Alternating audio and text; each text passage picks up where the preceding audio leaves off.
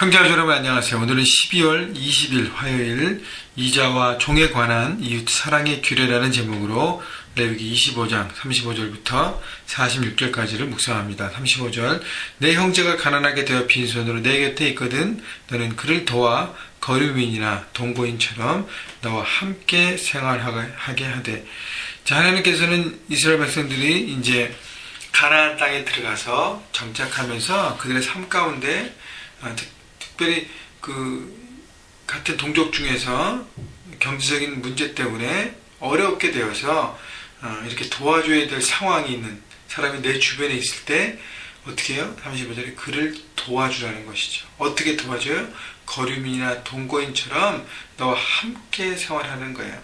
그러니까 그 땅에 기거하는 나그네와 외국인과 손님처럼 함께 생활하라는 것은 뭐예요? 그들의 경제적인 책임이 함께 지라는 것이죠.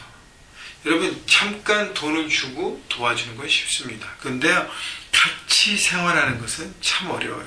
방을 하나 내주고 함께 생활한다는 것은 한 번 이렇게 원타임으로 도와주고 끝나는 것이 아니라 내 주변에 있는 사람들, 또 영적인 가족들, 주변 사람들 중에서 경제적으로 어렵고 정말 힘든 상황이 있다면 한 번의 도움이 아니라 계속적으로 그를 위해서 기도하고 도울 수 있는 방법을 찾아주고 함께 이렇게 그 마음을 같이 하라는 것이죠. 자, 그래서 자신만 잘 살고 자신만 행복하게 사는 삶은 이기적인 삶이라고 얘기하고 있는 것입니다. 그래서 그 모든 것들을 함께 공유하는 삶을 하나님은 말씀하십니다. 그래서 다른 사람의 연약함, 어려움을 함께 짊어지려는 마음, 그 마음을 하나님 가르치시는 거예요. 아까도 얘기했지만 원타임으로 돕는 것도 참 귀한 것입니다. 그러나 지속적으로 그가 온전하게 바르게 설 수 있도록, 회복될 수 있도록 이렇게 함께 짊어져 가는 마음, 그 마음을 갖고 사랑으로 섬겨라는 것입니다. 36절 너는 그에게 이자를 받지 말고 내 하나님을 경외하여 내 형제로 너와 함께 생활하게 한즉. 37절 너는 그에게 이자를 위하여 돈을 구워주지 말고 이익을 위하여 내 양식을 구워주지 말라. 이 얘기는 뭐냐면 그 사람을 돕고 어려움을 극복하고 내 것을 나누면서 공간과 물질과 여러 가지를 하면서 그것을 이용해서 어떻게 해요? 너의 경제적인 이익을 취하지 말라는 것입니다. 이자를 받지 말라는 것. 이자를 위해 돈을 꾸지 말라는 것은 뭐냐면 다른 사람을 도우면서 거기에 대한 이익을 취하지 말라는 것이, 그것은 부당하다는 것입니다. 사람을 사랑하고 섬김인, 그러니까 사람은 사랑과 섬김의 대상이지 이용의 대상이 아니라는 거예요. 그래서 36절에 보면 너는 그에게 이자를 받지 말고 내 하나님을 경외하여 내 형제라 너와 함께 생활하게 한 것인즉. 그 얘기는 뭐냐면 하나님을 경외하는 마음으로 그를 섬기라는 것이죠. 다시 얘기하면 하나님이 나를 사랑하시고 내게 이렇게 나눌 수 있고 배려할 수 있고 함께 그들을 품을 수 있는 많은 것을 주셨기 때문에 감사하는 마음으로 거저주라는 것이죠. 기쁨으로. 그러나 할 수 있는 범위 안에서 하라는 것입니다. 38절 나는 너희의 하나님이 되며 또 가나안 땅을 너희에게 주려고 애굽 땅에서 너희를 인도하여 낸 너희의 하나님 여호와니라. 자, 하나님께서 말씀하시는 것은 뭐냐면 너희가 너희를 가나안 땅에서, 그러니까 애굽 땅에서 인도해서 가나안 땅을 줄 때 너희는 거저받았다는 것입니다. 그렇죠? 애굽 땅에서 종으로 살았어요. 어려운 가운데 살았습니다. 많은 학대와 아픔 가운데 살았습니다. 나그네로 살았어요. 손님처럼 살았습니다. 그러나 하나님이 그들을 이끌어 주셔서 광야를 통과하게 하시고 가나안 땅, 새로운 땅을 그들에게 분배했기 때문에 너희들은 거저받지 않았냐. 함께 그것을 공유하는 것이 너무 중요하다고 얘기하면서 하나님의 주신 그 많은 것들을 바라보면서 함께 공유하고 나가는 것. 여러분, 오늘 이렇게 지금 말씀을 계속 나누면서 제가 드는 생각은 함께라는 단어예요. together, 함께. 여러분, 사랑은요, 함께하는 함께 의식이 있어야 그것을 실천할 수 있습니다. 다른 사람 바라보고 나와 함께 살아가는 사람이지 라고 할 때 내 손을 내밀 수 있고 내가 할 수 있는 부분에서 그를 꾸준히 섬기고 돕고 그가 온전히 설 수 있도록 하게 하는 것입니다. 39절 너와 함께 있는, 또 함께라는 단어가 나오죠. 그죠? 너와 함께 있는 내 형제가 가난하게 되어 내게 몸이 팔리거든 너는 그를 종으로 부르지 말고. 당시에 그런 제도가 있잖아요. 이렇게 빚이 있고 여러 가지로 이렇게 못 갚을 때는 어떻게 해요? 그 집에 종으로 잠시 들어가서 일해주면서 그 빚을 갚잖아요. 뭐 그런 상황인 것 같아요. 그를 종으로 부르지 말라는 거예요. 40절 품꾼이나 동거인 같이 함께 하게 있어 희년까지 너를 섬기게 하라. 물론 여러 가지 이렇게 빚이 많고 갚아야 될 게 많아서 아무리 오래 해도 어떻게 해요?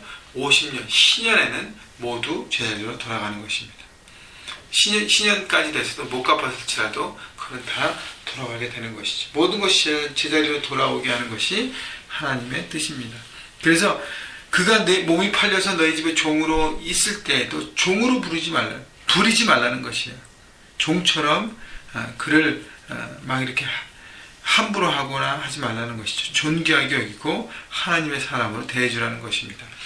41절 그때는 그와 그의 자녀가 함께 내게서 떠나 그의 가족과 그의 조상의 기업으로 돌아가게 하라. 자, 희년에는 모든 것이 제자리로 돌아갑니다. 다시 얘기하면 하나님은 하나님의 백성이 누구도 노예로 남아있는 것을 원하지 않고 막는 방법을 주신 것입니다. 그런 삶의 시스템을 주셨어요. 애굽에서 종이었기 때문에 이것을 떠난 이후에는 자유하는 백성을 주었습니다. 그러나 경쟁의 이유 때문에 남의 집에 종으로 팔려서 섬길지라도 그것이 영원하지 않고 희년에는 모두 제자리에 돌아오게 하나님은 만드신 것입니다. 여러분, 그래서 우리를 향한 하나님의 사랑을 우리가 볼 수 있고요. 아까도 얘기했지만 함께라는 단어 통해서 함께 하나님의 나라를 만들어가면서 함께 여러 가지 하나님 주신 것을 공유하고 함께 더불어 살아가는 것이죠. 42절 그들은 내가 애굽 땅에서 인도해낸 내 종들이니 종으로 팔지 말 것이라. 43절 너는 그를 엄하게 부르지 말고 내 하나님을 경외하라. 하나님을 경외하는 한 사람 한 사람이 하나님의 사람이기 때문에 존귀한 하나님의 사람이기 때문에 그가 지금 여러 가지 상황 때문에 잠시 그럴지라도 그를 엄하게 종처럼 부르지 말고 잘 대해주고 섬겨주라는 것입니다. 왜냐하면 우리 모두가 과거 애굽의 종이었었어요. 더 이상 누구도 누구의 종이 아닙니다. 그죠? 그렇기 때문에 존귀하게 대하라는 것이죠. 대신 44절 내 종은 남녀를 막론하고 내 사원 이방인 중에서 취하지니 남녀 종은 이런 자 중에서 사올 것이며. 이방인은 종으로 취할 수 있다고 얘기하는 것입니다. 여러분, 그렇다고 해서 이방인은 학대하고 유대인만 위하느냐, 그런 의미가 아니라 이방인과 유대인, 하나님을 믿는 사람과 믿지 않는 사람의 어떤 영적인 구분을 하나님께서 지어주시는 것이죠. 여러분, 그래서요 오늘 말씀을 정리하면서 내 주변에 연약한 사람들이 누가 있는가, 꼭 코리안뿐 아니라 타 민족 가운데서도 이렇게 막 와서 막 이민 와서 어렵게 사는 사람들, 여러분 주변에 혹시 있다면 그들 여러분의 이웃으로 생각하고 직장인 동료든지 거래처 사람들이든지 우리 형제가족의 성도들이든지 여러분 그냥 지나치지 않고 그의 한 영혼 한 영혼 존귀하게 여기고 그들을 어떻게 섬기고 이렇게 도울 수 있는지를 생각하고 이 연말에 여러분 한 가지 이상 삶으로 실천하시고 여러분의 작은 사랑을 이렇게 보내시는, 여러분 크리스마스가 너무 좋잖아요. 작은 선물이라도 마음을 담아서 함께 나눌 때 하나님의 사랑이 여러분을 통해서 여러분이 있는 곳곳에 풍성하게 넘쳐갈 것입니다. 주님의 이름으로 여러분을 사랑하고요. 여러분이 그 사랑 가운데 여러분의 주변을 따뜻하게 하나님의 사랑으로 품으시는 이 연말이 되시기를 주님의 이름으로 축원합니다.